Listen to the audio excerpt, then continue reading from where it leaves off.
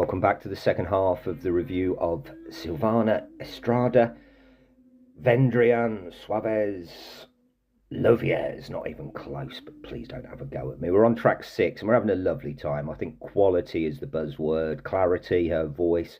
It's a great listen. We're on track 6, which is a little short one. Tregua or something like that. Tregua, shorter track, quiet reflection.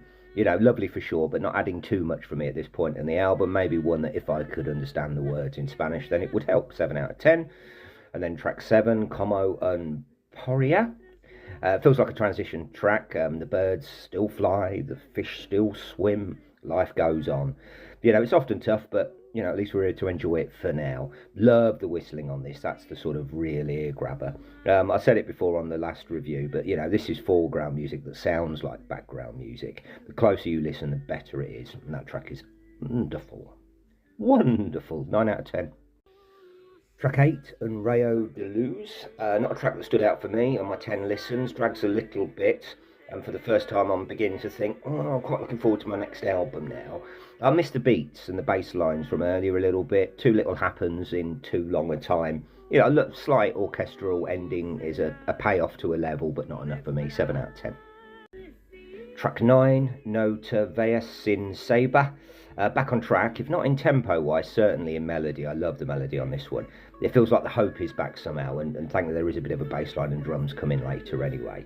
Maybe the best strings of the album as well. Epic and chilled all at the same time. And gosh, she can deliver a line, even though I don't understand it, she can deliver a line. 9 out of 10. And the 10th and final track, Alma Mia. Pretty straightforward ending to what has been a really enjoyable album. Guitar, voices, I think there's a male singer in there as well, he's not credited, and just music from the heart. Not overly exciting last track, but more than pleasant. 8 out of 10. And overall, an album I never really looked forward to putting on, but whenever it was on, I really enjoyed. Much better when you give it a close listen.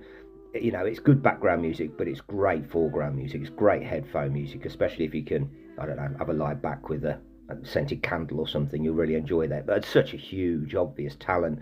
And maybe, you know, it matters not one jot that I don't understand a word. You know, it's not going to start any parties, but it's well worth 38 minutes of just, as I say, laid back, feet up, have a lovely time. If you smoke, have a cigarette, give it a listen. 8 out of 10. Please like and subscribe. Tell me what you think.